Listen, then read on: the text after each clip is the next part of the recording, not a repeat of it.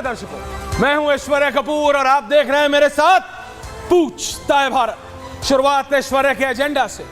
ऐश्वर्या के एजेंडा में दर्शकों, विपक्ष ठीक वो ही कर रहा है जिसका अंदेशा था। विपक्ष यह साबित कर देना चाहता है कि संसद में या संसद के बाहर, कैबिनेट में या कैबिनेट के बाहर नरेंद्र मोदी की सरकार कुछ भी ठीक नहीं कर रही है।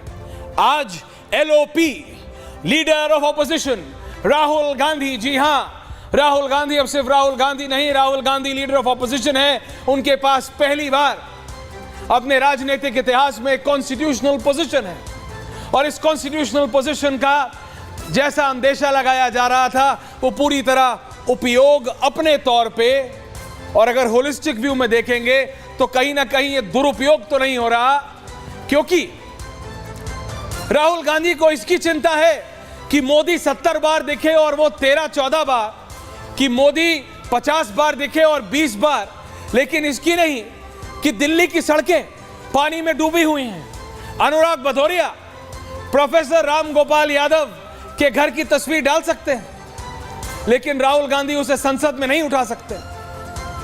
अनुराग भदौरिया को यह बात मालूम होगी कि खान मार्केट, जी हां, पॉश खान मार्केट के मेन गेट के बिल्कुल सामने प्रोफेसर साहब के घर लोधी एस्टेट में आज से नहीं, दसियों साल से पानी भरता है और इसी तरीके से भरता है। मैं 2008-2009 से देखता आ रहा हूं। प्रोफेसर साहब के पास वही घर है, उतना ही पानी भरता है, उतनी ही बारिश में। लेकिन बात प्रोफेसर साहब के घर की नहीं, बात इसकी दर्शकों कि कैसे राहुल गांधी के लिए यह जरूरी है कि वो अगर मोदी 70 बार दिखे तो वो 71 बार दिखे। जनता के लिए नहीं, यहां नीट पे वो कह रहे हैं हम सवाल उठा रहे हैं, वो कह रहे हैं कि हम डिस्कशन चाहते हैं, बिल्कुल ठीक है, वो भारत के भविष्य को लेकर बात है। और अगर सरकार उसमें जवाब नहीं देती या गौरव भाटिया की पार्टी उस पर डिस्कशन नहीं होने देती तो बिल्कुल कटघरे में खड़ा कीजिए सरकार। और सिर्फ एजुकेशन मिनिस्टर से नहीं, जिसे पहले एचआरडी मिनिस्टर कहते थे, अगर आप गृह मंत्री, प्रधानमंत्री से भी सवाल पूछना चाहते हैं तो आपको डेमोक्रेसी में अधिकार है। लेकिन विपक्ष के लिए सबसे बड़ा मुद्दा है, मेरा माइक बंद क्यों किया? मेरा माइक किसने बंद किया ये बताओ। अरे ये डिबेट चल रही है क्या? ये कोई पूछता है भारत है क्या? कि अनुराग भदौरिया बोल रहे हैं आप मेरा माइक बंद कर देते हो। मैं तो अनुराग भदौरिया का भी माइक बंद नहीं करता। स्पीकर बोल रहे हैं कि भैया मेरे पास ऑन ऑफ का स्विच नहीं है, मैं नहीं कर सकता। जैसे अभी डिबेट में मैं क्या अनुराग भदौरिया या गौरव जी का ऊपर नीचे कर सकता हूं? नहीं, अनुराग जी ना आपका ना गौरव जी का। वो बैठे हैं साउंडमैन, उनके हाथ में है, फिर स्पीकर के हाथ में नहीं होता है। लेकिन उनको यह है कि नरेंद्र मोदी 70 बार दिखे तो मैं 71 बार क्यों नहीं दिखा। That is more important for Rahul Gandhi. और किसी ने, और वो किसी अंकल सैम हो, वही सैम पिट्रोदा जिनको कि इलेक्शन में विवादास्पद बयान देने पर राहुल गांधी ने हटा दिया था और इलेक्शन खत्म होने के बाद दोबारा उनको रीइंस्टेट कर दिया है, या कोई और दिमाग में डाल दिया है कि एलओपी पीएम से बड़ा होता है। मैं आपको सच बता रहा हूं, मैं आपको रियलिटी बता रहा हूं। विपक्ष जैसे बिहेव कर रहा है, उनको पता नहीं किसने बता दिया है कि एलओपी पीएम से बड़ा होता है। जैसे वो साइकोलॉजिकली बोल रहे हैं कि हमने मोदी को हरा दिया, जैसे अखिलेश यादव अयोध्या के सांसद को राजा बता रहे हैं, यही मानसिकता है। वो ये अपनी धारणा उन्होंने दिमाग में बना ली है कि हम ये इलेक्शन जीते हैं। अब कैसे जीते हैं या तो वो अखिलेश यादव जानते हैं या राहुल गांधी, क्योंकि मेरे हिसाब से किसके नंबर ज्यादा है, मेरे क्या, हम सब के हिसाब से बीजेपी के प्रधानमंत्री है, एनडीए का प्रधानमंत्री है। बीजेपी के नंबर 240 है, कांग्रेस 99 पे है, एनडीए 293 पे है, विपक्ष 233 पे है। उसमें ममता दीदी कभी आती हैं कभी जाती हैं। हां, एनडीए में भी टीडीपी और जेडीयू है, लेकिन टक्कर नहीं है, 100 से ज्यादा का फर्क है। लेकिन ये जो अनुराग भदौरिया डिबेट में बोलते थे अभी तक, गौरव भाटिया जी, कि साइकोलॉजिकल तरीके से हमने मोदी को दिल्ली में और योगी को लखनऊ में हरा दिया है, वो साइकोलॉजी ये लोग रियलिटी में इस्तेमाल कर रहे हैं। इनको सच में किसी ने ये पाठ पढ़ा दिया है कि एलओपी पीएम से बड़ा होता है। ये मेरे को सच में महसूस होने लगा कि they are not living in reality.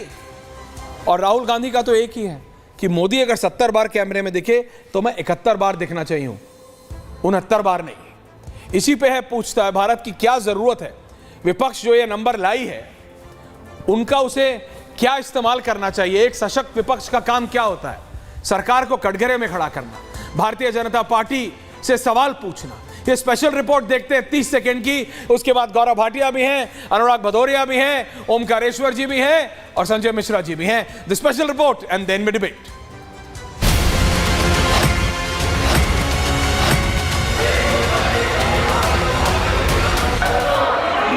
माननीय सदस्यगण, आज का दिन भारतीय संसद के इतिहास में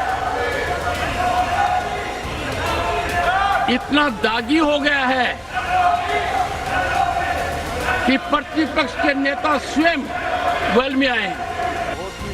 कहते हैं अहंकार बुद्धि और विवेक को सबसे ज्यादा चोट पहुंचाता है और शायद यही कांग्रेस के साथ हो रहा है। चुनावी नतीजों का कांटा कांग्रेस के नाम 99 पर क्या टिका, कांग्रेस का मनोबल ओवरफ्लो हो रहा है। चुनाव में भले ही बड़ी बड़ी बातें कही हों, लेकिन सत्र शुरू होते ही कांग्रेस का रवैया वही ढाक के 3 पार। सरकार से सवाल करना विपक्ष का हक है। सरकार की गलतियों को उजागर करना विपक्ष की जिम्मेदारी है, लेकिन सवाल उठाने के नाम पर नैरेटिव सेट करना सियासत नहीं तो और क्या है। कांग्रेस फिर से वही इल्जाम लगा रही है जो पिछले 10 सालों से लगाती आई है। जब नेता विपक्ष के माइक को बंद किया जाएगा, इतने अति महत्वपूर्ण विषय को जिस रूप से वो राजनीति से भी ऊपर उठ के उठा रहे थे, तो मैं समझता हूं कि स्वाभाविक है कि विपक्ष में के सांसदों में इस बात पर रोष पनपा और हमने मांग करी कि इस पर डिस्कशन हो। अपोजिशन के पास कोई इशू नहीं है कंस्ट्रक्टिव। आज तक अपोजिशन कभी कंस्ट्रक्टिव अप्रोच नहीं किया जीवन में। वो केवल सदन को गिरवी रखना चाहता है। इंडी गठबंधन एनडीए में सेंध लगाने में जुटा है, लेकिन उनकी हर तरकीब फेल साबित हो रही है। यही वजह है कि कांग्रेस हर मुद्दे पर अड़ंगा लगाने में जुटी है और जनता के बीच अपना परसेप्शन बदलने की कोशिश कर रही है। कांग्रेस 99 सीट मिलने के बाद हर परंपरा को तोड़ती नजर आ रही है। ऐसे में सवाल ये कि क्या कांग्रेस संसद और सदन में अति उतावलापन दिखा रही है। सवाल ये भी कि क्या हंगामे से समस्या का समाधान होगा। और सबसे बड़ा सवाल ये कि कांग्रेस मुद्दों से ज्यादा परसेप्शन पर फोकस कर रही है। पूछता है भारत। भारतीय जनता पार्टी के वरिष्ठ नेता हैं, सुप्रीम कोर्ट में वरिष्ठ लॉयर हैं, गौरव भाटिया जी मेरे साथ हैं, वरिष्ठ पत्रकार हर्षवर्धन जी और ओमकारेश्वर पांडे जी मेरे साथ जुड़ रहे हैं। समाजवादी पार्टी के, या मैं कहूं राजा बनाने वाली पार्टी के प्रवक्ता अनुराग भदौरिया मेरे साथ हैं, पॉलिटिकल एनालिस्ट संजय मिश्रा जी मेरे साथ हैं। तो अनुराग भदौरिया जी, आपसे और गौरव जी से शुरू करता हूं। हर्षवर्धन जी भी आ गए, जरा बता दीजिए ये एलओपी पीएम से बड़ा होता है क्या? ये आपके नेताओं को इसकी चिंता है कि मोदी 70 बार दिख रहे हैं और वो 69 बार क्यों? जनता की चिंता नहीं है। यह वही असलियत है। जब तक वोट लेना था तब तक जी हमें आपका काम करना है, वोट ले लिया। ये देखो, ये है अयोध्या के राजा। यही है आपका माइंडसेट, तो क्लियर कर दीजिए अनुराग भदौरिया जी। एंड देन गौरव भाटिया जवाब दे रहे हैं। मुझे एक बात अभी तक समझ में नहीं आई कि पेपर लीक का मुद्दा जो राष्ट्र का सबसे बड़ा मुद्दा है, ये राष्ट्र की सबसे बड़ी आज की डेट में इससे बड़ा मुद्दा कभी नहीं हो सकता, क्योंकि बच्चों के भविष्य से जुड़ा मुद्दा है। 25 लाख बच्चे और कम से कम 1 करोड़ परिवार उससे प्रभावित है। अगर इस मुद्दे को पार्लियामेंट के अंदर उठाया जाता है तो मुझे लगता है तो माइक तो नहीं बंद करना चाहिए ना। माइक बंद करने की क्या जरूरत है? हम लोग पार्लियामेंट के अंदर में देश के मुद्दे को लेके आए हैं ना, देश के मुद्दे पे चर्चा करने के लिए आए हैं। तो फिर आखिर भारतीय जनता पार्टी क्यों डरती है पेपर लीक वाले मुद्दे पे उठाने के लिए? ये तो नहीं होना चाहिए। उसी तरह से कोई भी मुद्दा हो तो भारतीय जनता पार्टी के साथ समस्या हो गई है कि जैसे ही आप राष्ट्र के मुद्दे, बच्चों से संबंधित मुद्दे उठाओगे, उसी पे उन्होंने माइक बंद कर दिया जाएगा। तो मैंने तो भारतीय जनता पार्टी की एक ही बात कही है, बीजेपी कैसी है पहेली हाय, अरे कभी पेपर लीक, ये क्या हो गया? तो कभी एयरपोर्ट गिर जाए। बीजेपी कैसी है पहेली हाय, जहाँ होने लगे माइक बंद वहाँ बड़े संविधान पे खतरा। बीजेपी कैसी है पहेली हाय, कहीं पेपर लीक, इनका राग भैर भी तो खत्म हो जाए फिर। गिर जाए। बीजेपी के साथ दिक्कत है, बीजेपी के साथ दिक्कत है कि जैसे ही आप समाज के मुद्दों को उठाओगे वैसे ही वो आपका माइक बंद कर देंगे। तो मेरे अभी तक समझ में नहीं आया कि हारने के बाद भारतीय जनता पार्टी में इतना घमंड क्यों है। हारने के बाद 40 सीटें हैं, पॉइंट ये है, हारने के बाद। गौरव भाटिया जी प्लीज एक्सप्लेन, ये कौन सी गणित है? मैं बता रहा हूं, मैंने आपको उस दिन भी बोला था गौरव भाटिया जी, ये माइंडसेट, ये they are deliberately seeping it in, ये जानबूझ के सीप इन कर रहे हैं और यही ग्राउंड पे भी कर रहे हैं कि हमने यूपी में बाबा को हरा दिया और दिल्ली में मोदी को हरा दिया। अब कैसे हराया ये मेरे, क्योंकि सबका क्रक्स सिर्फ एक शब्द है, बीजेपी को हरा के। मैं उनके राग और कितना सुर कितना ताल में उस पे नहीं जा रहा हूं, मैं सिर्फ इस पे जा रहा हूं। वो कह रहे हैं उन्होंने बीजेपी को हराया, तो कैसे हराया है बीजेपी को, जरा इस पे बात हो जाए क्लैरिटी से। देखिए ऐश्वर्या जी, सबसे पहले तो मैं आपसे एक विनती करता हूं, हम चर्चा करने यहाँ पे आते हैं, इतना बेसुरा राग मैंने आज तक जीवन में नहीं सुना है और मुझे लगता है लाखों दर्शकों ने टीवी बंद किया होगा 1 मिनट के लिए, केवल इसलिए क्योंकि उन्होंने एक बेसुरा राग सुना। जिनके पास तथ्यों पे संविधान की समझ नहीं होती है वो इस तरह की बातें करते हैं। और ये वो है जो भगवान राम का अपमान करके अयोध्या का राजा अपने सांसद को बता देते हैं। ये तो कुछ भी कर सकते हैं, राम ने हरा लेकिन दिया आज का जो विषय बीच में नहीं, बीच में नहीं, सबसे पहले हमने खदेड़ दिया, प्लीज बीच में नहीं। Anurag ji thank you. अनुराग जी आपके गाने में भी कोई बीच में नहीं बोला, थैंक यू सर। आपके गाने में भी कोई बीच में नहीं बोला Anurag ji, please don't do this, thank you. गाना तो गा ही नहीं पाएंगे। अरे अच्छा बीच में नहीं Anurag ji, thank you. Anurag ji please don't do this, please don't do this, thank you. बात करूंगा पानी भरने की बात। अब मुझे समझ आ रहा है बेचारे स्पीकर महोदय क्यों फेडर डाउन करते होंगे। बहरहाल जनता की बात कर रहा हूं। गौरव भाटिया जवाब दे रहे हैं। ठीक है, देखिए आज सबसे बड़ा प्रश्न क्या है? आज सबसे बड़ा प्रश्न ये है कि राष्ट्रपति अभिभाषण के बाद धन्यवाद प्रस्ताव होता है जी, और ऐश्वर्या जी संविधान की प्रतिलिपि हाथ में पकड़ लेने से जो अपरिपक्व होते हैं, नासमझ होते हैं, कम गंभीरता रखते हैं, वो संविधान नहीं जान पाएंगे। अगर आर्टिकल 87 पढ़ते, आर्टिकल 87 में बिल्कुल स्पष्ट लिखा है कि चुनाव होने के बाद जब नई संसद में पहली बार जो है चर्चा होगी तो वो राष्ट्रपति अभिभाषण पे होगी और धन्यवाद प्रस्ताव होगा।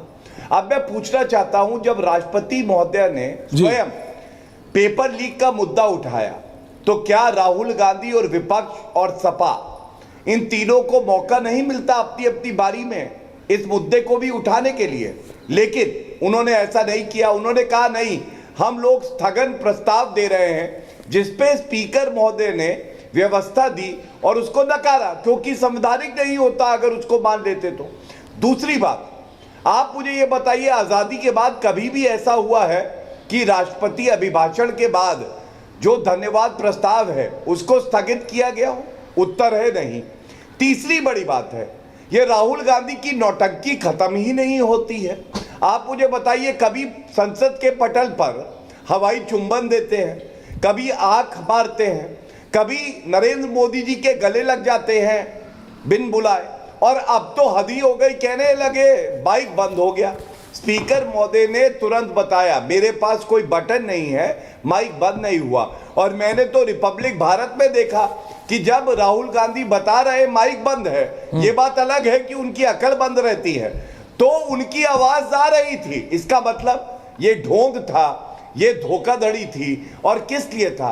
क्योंकि जो हमारे छात्र भाई बहन हैं उनको भी ये ठगना चाहते हैं, तैयारी करके आते नहीं हैं तो किसी पे तो ठीकरा फोड़ना है। एक बात पे और बता दूं, क्या? अगर जो रूल्स हैं लोकसभा के प्रोसीजर के, उनको आप देखिए, रूल नंबर 352 है, उसमें आपको मालूम है क्या लिखा है? उसमें लिखा है कि अगर आप कोई गलत आरोप लगाते हैं किसी भी सदस्य पे भी, यहां तो हम स्पीकर की बात कर रहे हैं, तो वो अपने आप में निंदनीय है, वो संविधान के विपरीत है। और ये राहुल गांधी कर रहे थे। आपको लगता है कि कोई मानता है? आज सवाल ये पूछा जाएगा कि आप संविधान को तार-तार करते हैं, मर्यादा भंग करते हैं, और खड़गे जी जो नेता प्रतिपक्ष है राज्यसभा में स्वयं वेल में चले जाते हैं, जिसका संज्ञान उपराष्ट्रपति धनखड़ जी ने लिया और कहा ये काला दिन है आज हमारे लोकतंत्र के लिए कि नेता प्रतिपक्ष वेल में आ गया।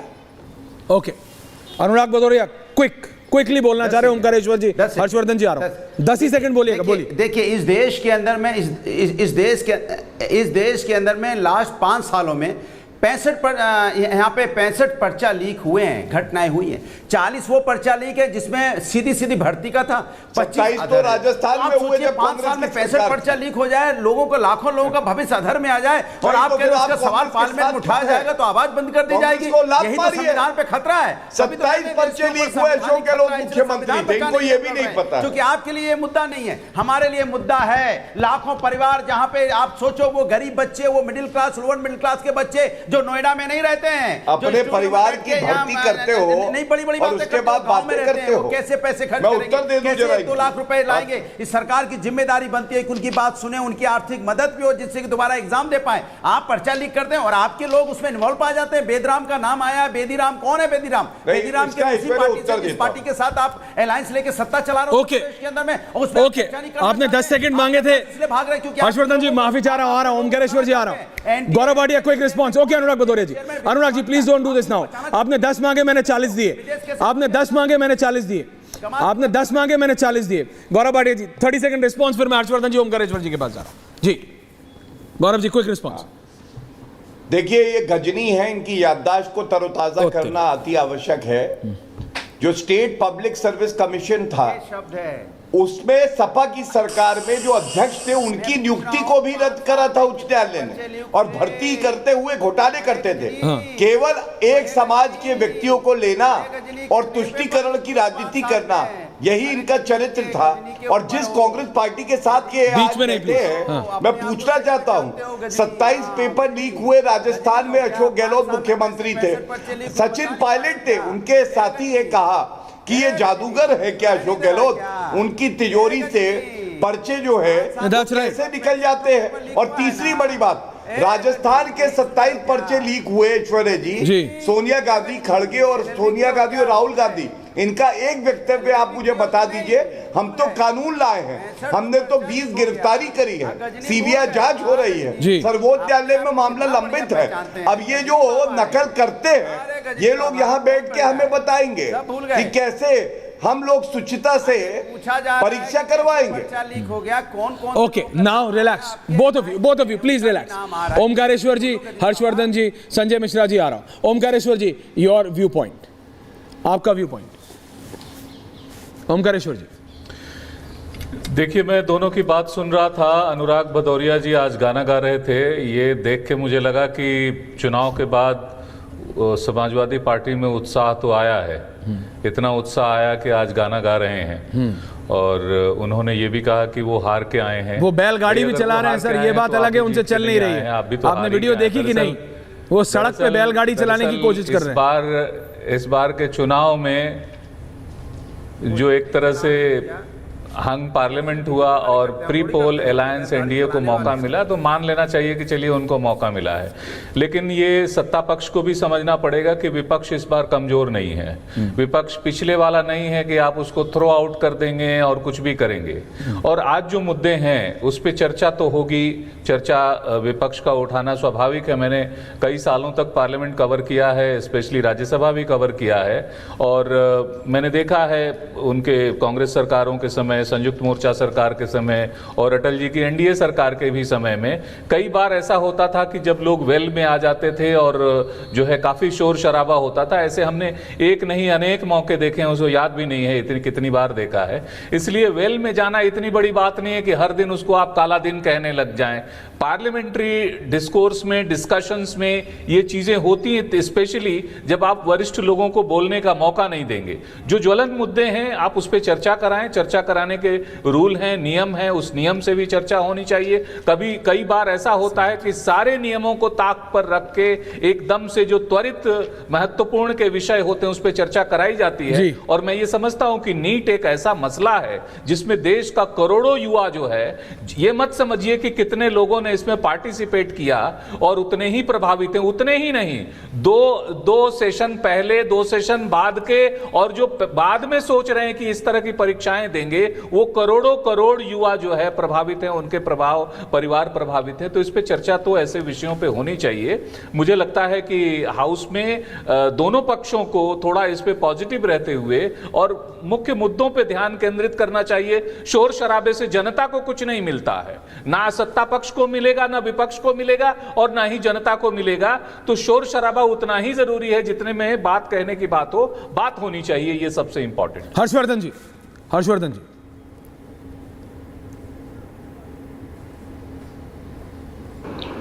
देखिए ऐश्वर्य जी, मुझे लगता है मुझे आवाज पलट के आ रही है। जी जी, मैं उसको ठीक करा रहा हूं, लेकिन आपकी आवाज ठीक है, आपकी आवाज ऑन है, ठीक जा रही है सर जी। देखिए मुझे लगता है कि मसला क्या है, जरा इसको समझना चाहिए। नीट परीक्षा में बड़ी धांधली, बड़ी गड़बड़ी का आरोप है, और उस गड़बड़ी पर सरकार की ओर से अभी तक क्या क्या किया गया है वो सरकार ने बताया।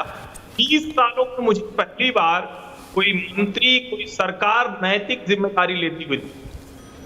इस पर जितना कुछ होना चाहिए था वो सरकार की तरफ से अभी नहीं हुआ है। कौन लोग इस पेपर लीक के मामले में शामिल है, कहां कहां से गड़बड़ हो रही है, क्या उसको पूरी तरह से ठीक कर लिया गया है, ये अभी तक भी नहीं पता चला।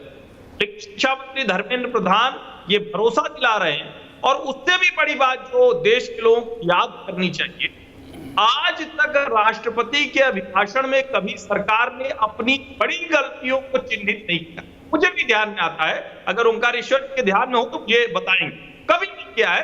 सरकार सिर्फ अपनी उपलब्धियां बताती है। पहली बार है कि कोई सरकार राष्ट्रपति के अभिभाषण में नीट की जो गड़बड़ हुई, जो परीक्षा में गड़बड़ हुई, उसको चिन्हित कर। अब राष्ट्रपति के अभिभाषण पर विपक्ष को बोलना था, वो 30, 40, 50, 100 नहीं, 232, 33, 34 नंबर पर है। लेकिन उन्होंने किया क्या? लीडर ऑफ अपोजिशन के तौर पर राहुल गांधी की अपरिपक्वता दिखी। राष्ट्रपति के अभिभाषण से पहले वो अलग से इस पर एडजस्टमेंट चाहते हैं, अलग से स्थगनादेश चाहते हैं, जबकि अच्छा होता कि इसी राष्ट्रपति के अभिभाषण पर बोलते हुए नीट पर, बच्चों के भविष्य को लेकर वो गंभीरता से बात करते। लेकिन शायद संसदीय परंपराओं का उन्हें भान नहीं है, उनके ध्यान में नहीं है कि राष्ट्रपति का अभिभाषण से पहले कोई भी डिबेट नहीं किए, उसके बाद ही होती है। और अगर आप राष्ट्रपति के अभिभाषण में वैसे तो आप कुछ भी बोल सकते हैं, लेकिन खुद राष्ट्रपति महोदय ने उसका जिक्र किया है, तो ये बड़ा अवसर था। और आज ये देश देख रहा है को गंवा दिया गया। अब सोमवार को जब फिर सदन होगी तो आप उम्मीद करेंगे कि कम से कम उस पर चर्चा होती हुई दिखेगी। इस तरह से सदन बंद कराकर कोई लक्ष्य हासिल नहीं किया जाता। ये बात इंपॉर्टेंट है। संजय जी, संजय मिश्रा जी, जब राष्ट्रपति खुद मेंशन कर रही है तो इसका मतलब क्लियर है ना दैट सरकार इज रेडी। राष्ट्रपति मतलब 47 से लेकर आज तक, 52 से लेकर आज तक राष्ट्रपति की स्पीच में क्या होता है?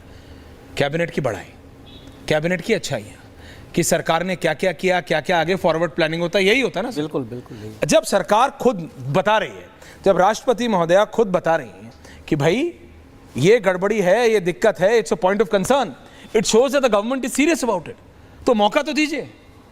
बिल्कुल मौका मिलना चाहिए। आपको दिक्कत है कि मोदी 40 बार क्यों दिखे, 70 बार क्यों दिखे, राहुल 13 बार 14 बार क्यों नहीं दिखे, केजरीवाल जी तो जेल में नहीं, तो वो भी बोलते हैं मुझे भी दिखाओ।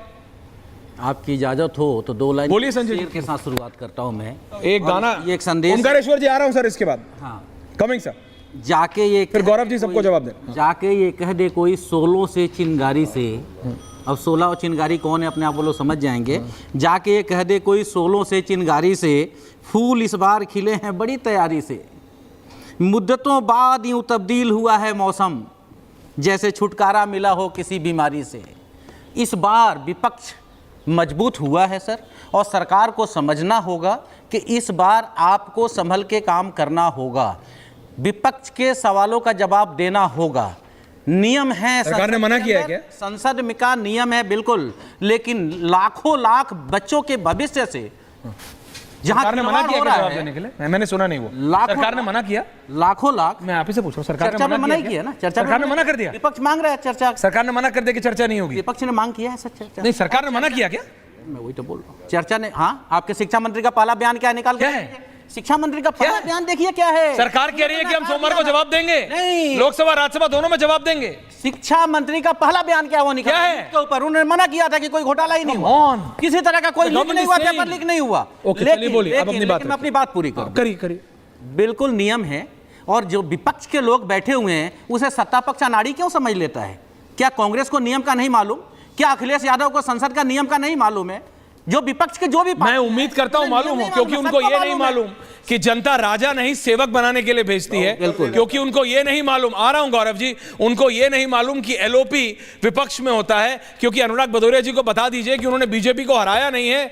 बीजेपी आप सशक्त हुए हैं, विपक्ष सशक्त हुआ है, which is important, which is good, लेकिन जीती बीजेपी है। अनुराग भदौरिया जी, ये क्लैरिटी होनी चाहिए, क्योंकि ये जो सीपिन किया है विपक्ष के दिमाग में कि आप जीत गए हैं, ये मैं समझ नहीं पाया हूं कैसे जीत गए। संजय मिश्रा जी बताइए। मैं कंप्लीट कर, थैंक यू। जहां तक उत्तर प्रदेश की बात है, यदि आपने अनुराग भदौरिया को लेकर के आए हैं, तो उत्तर प्रदेश में बताइए कौन जीता है? सरकार है, 80 सीटों में। भदौरिया जी, मैं बोल रहा हूँ, आपको मालूम है। बोलिए संजय जी। ये कह रहा हूं कि उत्तर प्रदेश में 80 सीटों का चुनाव हुआ, भारतीय जनता पार्टी कितने सीटों पे चुनाव जीती है और समाजवादी पार्टी कितने सीटों पे चुनाव जीती है? तो यदि उत्तर प्रदेश की कोई पॉलिटिकल पार्टी है और 80 में से उनके गठबंधन 43 सीटें जीत रही है, तो वो जीते कि हारे हैं? और दूसरी बात, भारतीय जनता पार्टी की इतनी बुरी दुर्दशा तो मैंने कभी नहीं देखी उत्तर प्रदेश में जिस तरह से हुई है।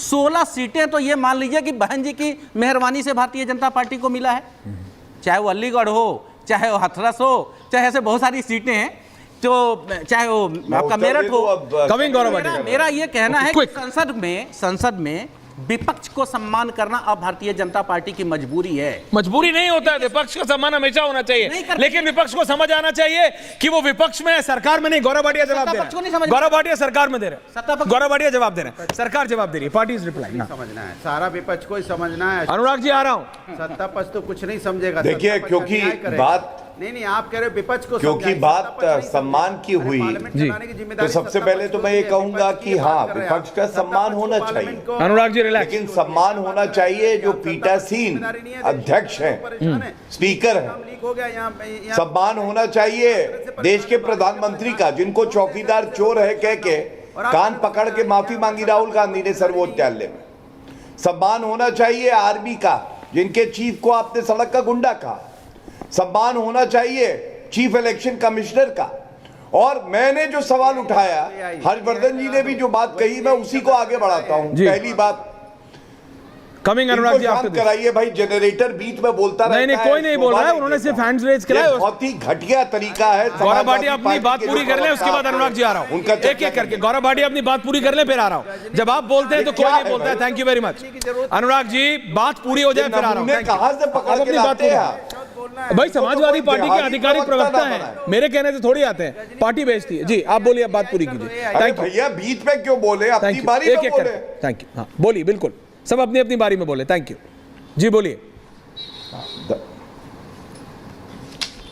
देखिए, सबसे पहले ओंकारेश्वर जी का मैं सम्मान करता हूं, लेकिन एक बात जरूर कहूंगा उनसे। उन्होंने कहा कि वेल में तो सांसद आ जाते हैं, ओंकारेश्वर जी बिल्कुल आ जाते हैं, लेकिन आपने सुना नहीं उपराष्ट्रपति जी ने क्या कहा? उन्होंने कहा काला दिन क्यों है?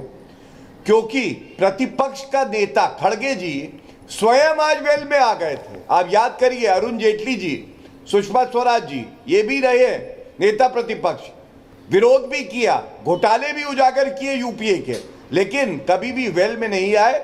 इस बात को चिन्हित कर रहे थे जो उपराष्ट्रपति जी हैं। दूसरी बात, हमने ये बात उठाई कि आप बताइए, जब राष्ट्रपति जी ने स्वयं पेपर लीक का मुद्दा उठाया और फ्लैग किया, तो जब धन्यवाद प्रस्ताव में विपक्ष बोलता तो इस मुद्दे पे वो अपनी चर्चा कर सकता था, गहन चिंतन करके आते, तैयारी करके आते, राहुल गांधी भी करते, नहीं किया। तीसरी बात, मैंने एक प्रश्न पूछा कि जब से आजाद भारत में ये परंपरा बनी है राष्ट्रपति अभिभाषण की, आप एक उदाहरण दे दीजिए, कांग्रेस की सरकार तो 55 साल सत्ता में रही, एक उदाहरण दे दे जब ऐसा हुआ हो कि धन्यवाद प्रस्ताव को स्थगित किया गया। ऐसा नहीं हुआ। आज सवाल यह उठता है कि क्या कांग्रेस पार्टी इस बात पे उत्तर देगी कि हम लोगों ने सख्त कानून बनाया, पेपर लीक ना हो, सजा हो 10 साल की, 1 करोड़ का जुर्माना हो, लेकिन राजस्थान में कांग्रेस की सरकार थी, 27 पेपर लीक हुए। आज ये टूटी फूटी साइकिल सपा के प्रवक्ता उसी कांग्रेस के साथ बैठे हैं। मैंने पूछा सोनिया गांधी, खड़गे जी, राहुल गांधी का बयान दिखाया जब पेपर लीक हुए, इन्होंने उत्तर नहीं दिया। इनके समय में जो पेपर लीक हुए इन्होंने उत्तर नहीं दिया। योगी जी ने भी कार्रवाई करी और केंद्र सरकार ने भी करी। और सबसे बड़ी बात है जी, आज धर्मेंद्र प्रधान जी ने क्या कहा, धर्मेंद्र प्रधान जी ने जो कहा उस पे मैं आपका ध्यान आकर्षित करता हूं। उन्होंने कहा परंपरा और मर्यादा के तहत चर्चा होनी चाहिए, एक, हम चर्चा के लिए तैयार है, 2, तीसरा उन्होंने कहा विपक्ष से निवेदन है चर्चा कीजिए और किसी को बख्शा नहीं जाएगा, जेल की सलाखों के पीछे डाला जाएगा। ओके, मेरे को बयान है जो देश का युवा सुनना चाहता था, जवाब दे दो। और वो देख कि विपक्ष सत्तारूढ़ सरकार के साथ है। आज विपक्ष ने दिखा दिया कि वो युवाओं के भविष्य की चिंता नहीं करती, वो केवल अपनी राजनीति की चिंता करती। ओके, मेरे को लगता है परंपरा और वो जो आपने बोला वो सिर्फ अब अमिताभ बच्चन की पिक्चरों में रह गए हैं वो डायलॉग, मेरे को संसद में तो वो दिखते नहीं है। बहरहाल अनुराग भदौरिया जवाब दे रहे हैं। हर्षवर्धन जी आप मुस्कुरा रहे, बट दैट्स द रियलिटी। आप देखिए ना वो हो क्या रहा है, सबसे पिक्चरों में दिखता है। हाँ देखिए, मैं आ रहा हूँ सर आपके पास, आपका ऑडियो बेटर हो गया मुझे बताया जा रहा है। देखिए बोलिए अनुराग। देखिए मैं देखो मैं यहाँ पे कोई गजनी है जो भूल जा रहा है कि उत्तर प्रदेश के अंदर में 37 सीटें समाजवादी जीती है और ये 33 पे अटक गए हैं भैया। अब गजनी है तो क्या करें, हमारी तो दिक्कत नहीं है। आजाद भारत में गजनी ये भी भूल गए हैं कि कभी नहीं हुआ, प्लीज गौरव जी आपने भी बोला आजाद भारत के, मैं बताइए साइकिल बोला था, कभी आजाद भारत में ऐसा नहीं हुआ। मैं गजनी से पूछना चाहता हूं, कभी ये बता दें कि आजाद भारत में कभी भी ऐसा हुआ हो कि देश के राष्ट्रपति जी को, अगर यहाँ पे नया भवन बन रहा है अपने संसद का, उनको उद्घाटन बुलाया जाए, प्लीज बीच में नहीं कि यहाँ पे लगातार माइक बंद कर दिया जाए विपक्ष का, कभी ऐसा नहीं हुआ कि विपक्ष की आवाज को दबाया जाए, कभी आजाद भारत में ऐसा नहीं हुआ कि जब महिलाओं पर अत्याचार हो आवाज उठाई जाए तो कुछ पे बात नहीं होगी, कभी आजाद भारत में ऐसा नहीं हुआ कि यहाँ पे किसान 1 साल तक धरने पे बैठा हो और किसानों की मौतें हुई, कभी आजाद भारत में ऐसा नहीं हुआ कि मणिपुर किस तरह से जला और सरकार चुप बैठी हो, सरकार फिर भी अभिमा बनी हुई है। एक एक करके थैंक यू। में ऐसा नहीं हुआ कि पर्चा लीक पे अगर सवाल उठाया जा रहा हो, देश में इतना बड़ा पर्चा लीक 5 साल में 65 पर्चा लीक कभी आजाद भारत में नहीं हुआ, बता दें मुझे 5 साल में। तो सवाल है कि आजाद भारत में कभी इतनी महंगाई नहीं हुई जो आज महंगाई है, आजाद भारत में इतनी बेरोजगारी कभी नहीं हुई जो आज है, आजाद भारत में कभी जब से भारत आजाद हुआ है कभी भी इतनी परेशानी लोगों को नहीं मिली, कभी इतनी तानाशाही और संविधान खतरे में कभी देखने को नहीं मिला कि आप यहाँ पे चुने मुख्यमंत्री को जेल में डाल देते हैं, किसी पे आरोप, गौरव भाटिया सवाल पूछ रहे हैं आपसे, जेल में डाल देते हैं। और अगर यहाँ दिल्ली, गौरव भाटिया सवाल कर रहे हैं आपसे, पानी भर रहा है, पानी भर रहा है, हाथ पे लेके घूमोगे, केंद्र के अंदर में आती है, आप कह रहे हो कि दिल्ली सरकार की जिम्मेदारी है, कमाल है भैया। आजाद भारत में कभी ऐसा नहीं हुआ कि किस आजाद भारत में हुआ है बताइए। शक न कर मेरी इन खुश्क आंखों पर यूं भी आंसू बहाए जाते हैं, इनका यही हाल है, अभी आंसू बहा रहे हैं। अच्छा रुमाल दे दो, आंसू पोंछ लो। Thank you Harshvardhan ji, Omkareshwar, Harshvardhan ji, Omkareshwar ji also. Okay, आप दोनों का एक अलग थैंक यू। हर्षवर्धन जी आपने अनुराग भदौरिया को भी सुना, आपने ओमकारेश्वर जी को भी सुना, आपने संजय मिश्रा को भी सुना, गौरव भाटिया को भी सुना। स्पीकर ने बोला सही टाइम पे होगा। प्रेसिडेंट गौरव भाटिया जी कुछ बोल रहे हैं, क्या कह रहे हैं गौरव भाटिया जी? के बाद जवाब देना है गौरव भाटिया जी। अच्छा ठीक है, ओके। हर्षवर्धन जी, मैं ये कह रहा हूं जो बिंदु हम लोगों ने उठाए वो उस पे कभी नहीं बहुत ही सकारात्मक रूप पे उठाए। ऐश्वर्या जी, क्या आपको लगा कि कोई जवाब आपको सभा के, मैं तो कह रहा हूं जनता को डिसाइड करने देते हैं, वो एक पढ़ी लिखी एक स्क्रिप्ट लेके आते हैं, उसी को पढ़ते रहते हैं। Late the people of this country decide, बजाते हैं, जनता को डिसाइड करने देते हैं। कभी टमाटर लेके आते हैं, ये प्रवक्ता का स्तर है, आप बताइए। मैं संविधान की बात कर रहा हूँ, जनता को डिसाइड करने देते हैं। Okay, let the people of this country decide. Okay Gaurav Bhatia, okay Gaurav ji, okay Anurag ji, thank you. जनता को डिसाइड करने देते हैं, आप दोनों से हाथ जोड़ के विनती है। हर्षवर्धन जी आपका पॉइंट ऑफ व्यू सर, ये सवाल भी मेरा नहीं पूरा होता। हर्षवर्धन जी, ओके डायरेक्ट जा रहा हूं सर, थैंक यू सर। नहीं देखिए ऐश्वर्या जी, मुझे लगता है कि जब सदन में ताकत बढ़ती तो वो किस लिहाज कीजिए। भाई आपके पास कम सांसद थे, हल्ला हंगामा करके बाहर निकल जाना ये तो तब भी आसान था। आपके पास ज्यादा सांसद हैं तब भी अगर आप हल्ला हंगामा ही कर रहे हैं, इसका मतलब जो जनादेश मिला है, जो जनप्रतिनिधि के तौर पर जनता ने आपको चुनकर भेजा, उस शक्ति को आप समझ ही नहीं पा रहे। आपको तो चाहिए कि ज्यादा से ज्यादा आप सदन में बोल सके, जिससे कि आपको ये चुनकर भेजा गया, यानी जनता हित के मामले उठाकर सरकार पर दबाव बनाना। अगर आप सदन बाधित करके सरकार पर दबाव बनाना चाह रहे हैं तो वो दबाव तो 30, 40, 50 सांसद में भी हो सकता है, 100 सांसद में भी हो सकता है। और मुझे लगता है कि लीडर ऑफ अपोजिशन के तौर पर ये राहुल गांधी की परीक्षा है, क्या वो परिपक्व तरीके से एक बेहतर नेता बनते हुए। और देखिए ये कोई कहने की बात नहीं है, लीडर ऑफ अपोजिशन को शैडो पीएम भी कहा जाता है। लीडर ऑफ अपोजिशन के तौर पर उनके पिता राजीव गांधी और उनकी माता सोनिया गांधी भी रही। लीडर ऑफ अपोजिशन के तौर पर अटल बिहारी वाजपेयी, आडवाणी जी, सुषमा जी, अरुण जेटली और ढेर सारे ऐसे नेता रहे जो आगे बड़े नेता बने। लेकिन सवाल यही है, क्या राहुल गांधी परिपक्व गंभीर विपक्ष के नेता का व्यवहार कर पाएंगे और वो उन अवसरों का लाभ उठा पाएंगे जो ये लोकतंत्र, जो ये संसद उनको दे रही। Okay, Omkareshwar ji, thank you. Omkareshwar ji, आप कुछ कहना चाह रहे थे उस समय? मैं अपने मित्र को सुन रहा था और मुझे ऐसा लगता है कि सारी जिम्मेवारी विपक्ष पे ही डाल देना, विपक्ष से ही अपेक्षा करना कि ये है, ये करना चाहिए, वो करना चाहिए, ये उचित नहीं है। सबसे पहले जिम्मेवारी सत्ता पक्ष की होती है। सत्ता पक्ष के सामने इस समय चुनौतियां बहुत हैं क्योंकि समस्याएं बहुत पैदा हो गई हैं। जो समस्याएं, जिन समस्याओं के कारण वो 400 पार नहीं कर पाए, वो समस्याएं तो हैं ही, नई नई समस्याएं भी हैं। इसलिए उन समस्याओं से निपटना पड़ेगा, उनका जवाब देना पड़ेगा। विपक्ष का तो काम ही है, यही शोर शराबा करके वो इतनी संख्या में आज आए हैं और लगभग मतलब बहुमत के बहुत करीब पहुंच के रुक गए हैं। जो उनकी जिम्मेवारी है कि वो जनता से जुड़े हुए मसलों को उठाएं, चाहे पेपर लीक का मसला हो, चाहे मणिपुर का मसला हो, किसानों का मसला हो, बेरोजगारी का मसला हो या महंगाई का मसला हो। सत्ता पक्ष को उसका सकारात्मक जवाब देना पड़ेगा, सदन में जवाब देना पड़ेगा।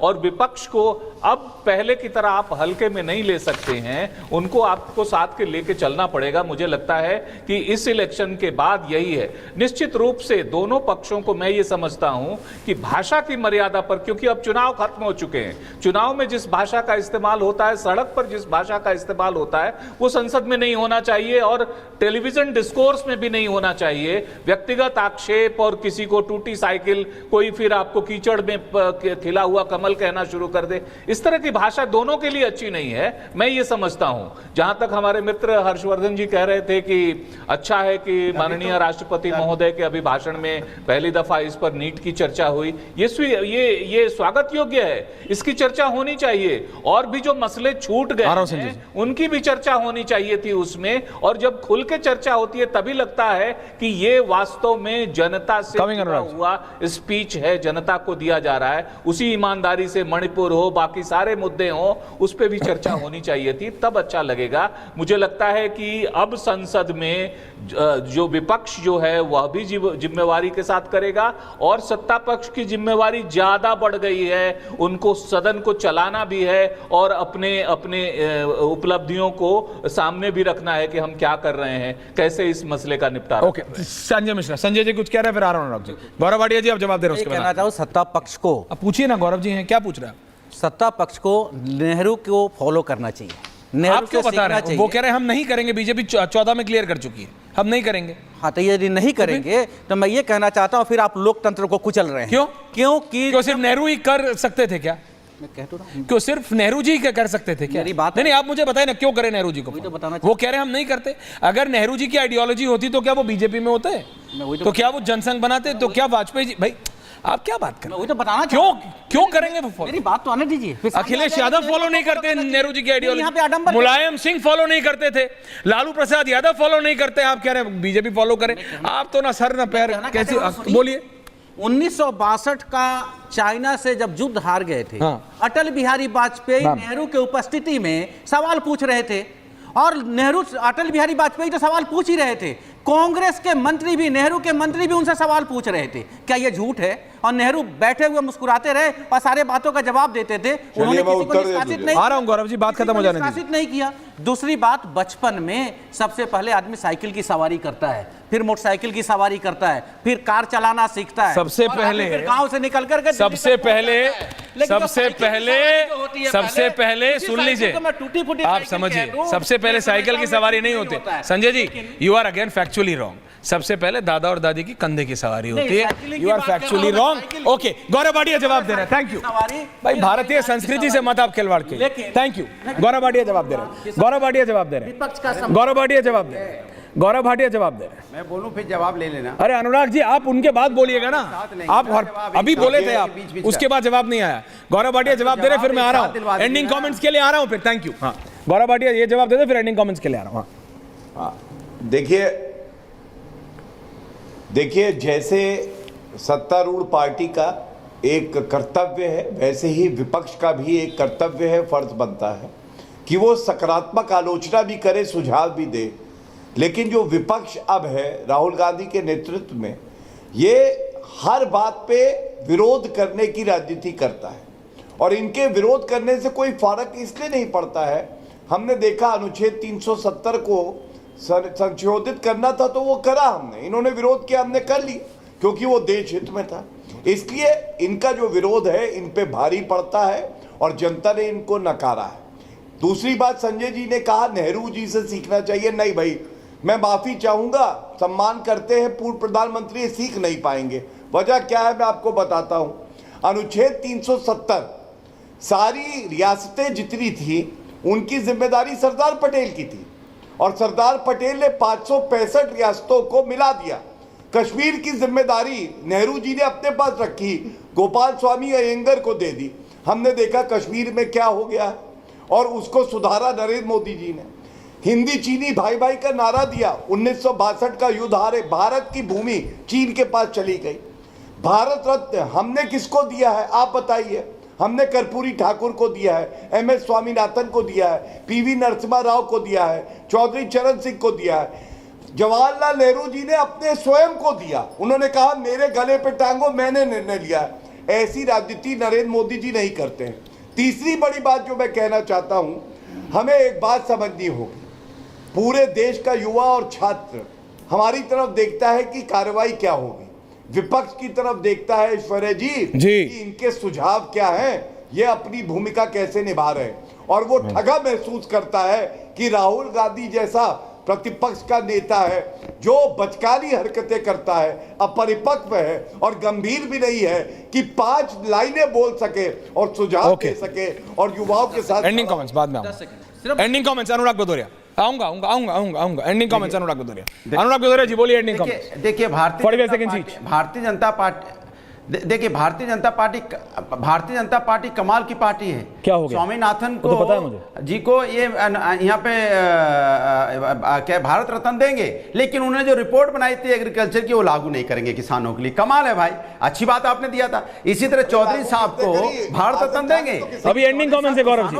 जी ending comments, Gaurav ji ending comments multi रखिए, नहीं सुन लीजिए, एमएसपी की गारंटी, Gaurav ji ending comments please, parliament thank you. आप बोले कोई नहीं बोला। जिम्मेदारी सरकार की होती है, सरकार अपनी जिम्मेदारी से नहीं भागती, सरकार लगातार अपनी जिम्मेदारी से भागती है, क्योंकि पार्लियामेंट सरकार नहीं चला पा रही है। अयोध्या में अगर मंदिर में अगर वहां पानी टपकने लगा तो विपक्ष जिम्मेदार है, रोड धंस गई तो विपक्ष जिम्मेदार है, बिल्कुल दिल्ली में एनडीएमसी की फेलियर से पानी भर गया तो विपक्ष जिम्मेदार है। कमाल की बात करते हैं।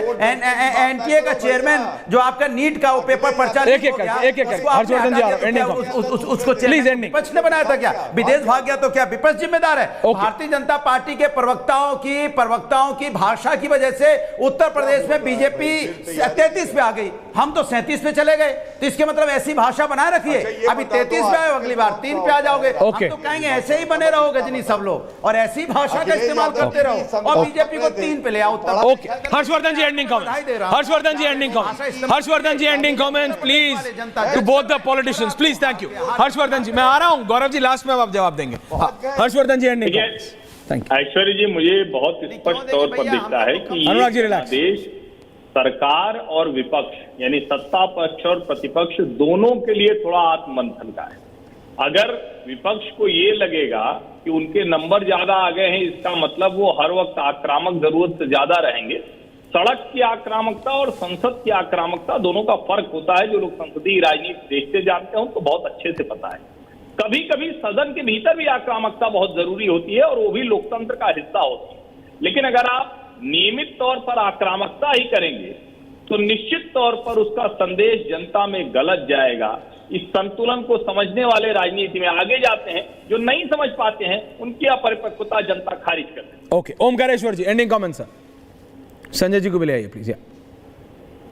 ओमकारेश्वर जी, मैं समझता हूं यहाँ मैं हर्षवर्धन जी की बात से सहमत हूं थोड़ा सा कि दोनों पक्षों के सामने इस समय जिम्मेवारी है और ख़ास तौर से मैं ये कहना चाहता हूं कि विपक्ष के पास इस बात की बहुत जिम्मेवारी है कि वो ज़्यादा तैयारी के साथ आए, ज़्यादा रिसर्च करके आए और बेहतर दबाव बनाए, पहले से ज़्यादा। अनुराग जी सुन रहे हैं ना? जनता ने आपको ज़्यादा संख्या में भेजा है इसीलिए कि आपके हर स्पीच में, आपके हर रिसर्च में वो चीज़ें आनी चाहिए जहां सत्ता पक्ष लैग कर रहा है। यह तय है कि सत्ता पक्ष बहुत सारी चीजों में लैग कर रहा है, लेकिन आपको लैग नहीं करना है। आपको तथ्यात्मक तरीके से चीजों को उठाना है और भाषा पर भी आपको नियंत्रण रखना है। उनको नियंत्रण खोने दीजिए। वो नियंत्रण खोएंगे तो जनता देख रही है और जनता उसका जवाब दे रही है। आज जो है देश के हालात काफी बदले हैं, तो इसलिए जिम्मेवारी इस मामले में मैं कहूंगा कि विपक्ष पे बहुत ज्यादा है।